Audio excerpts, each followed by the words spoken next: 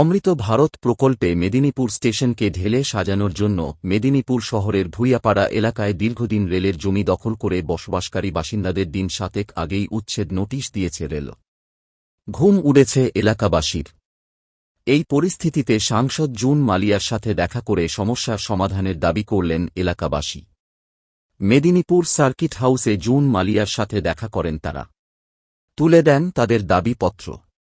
গোটা বিষয় নিয়ে এলাকাবাসীর সাথে কথা বলার পর জুন মালিয়া জানিয়েছেন, এলাকাবাসীর দাবি নিয়ে রেলমন্ত্রীকে চিঠি দেবেন তিনি। যাতে মানুষগুলোর সমস্যার সমাধান হয় সে বিষয়ে উদ্যোগী হবেন তিনি। উল্লেখ্য, এই ভূঁইয়াপাড়া এলাকায় রেলের জমি দখল করে দীর্ঘদিন ধরে বসবাস করছে 1000-এরও বেশি পরিবার। এর আগেই পুনর্বাসনের দাবিতে সরব হয়েছে তারা। আদৌ কি তাদের সমস্যা মিটবে? না রেলের জায়গায় এই বসবাসকারীদেরকে ছেড়ে দিতে হবে, এটা এখন সবথেকে বড় প্রশ্ন।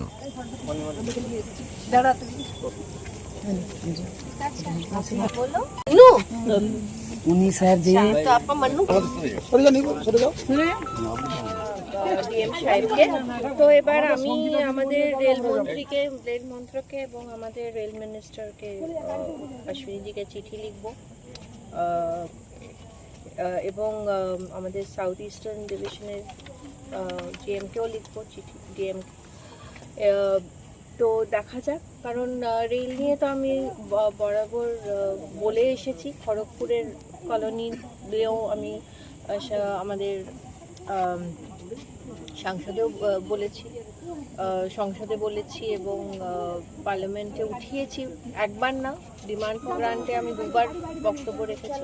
নিশ্চয়ই আমার এলাকার মানুষরা বিপদে পড়লে তাদের পাশে তো দাঁড়াতেই হবে এবং আজকে এই চিঠিটা ওনারা লিখেছেন আমার কাছে।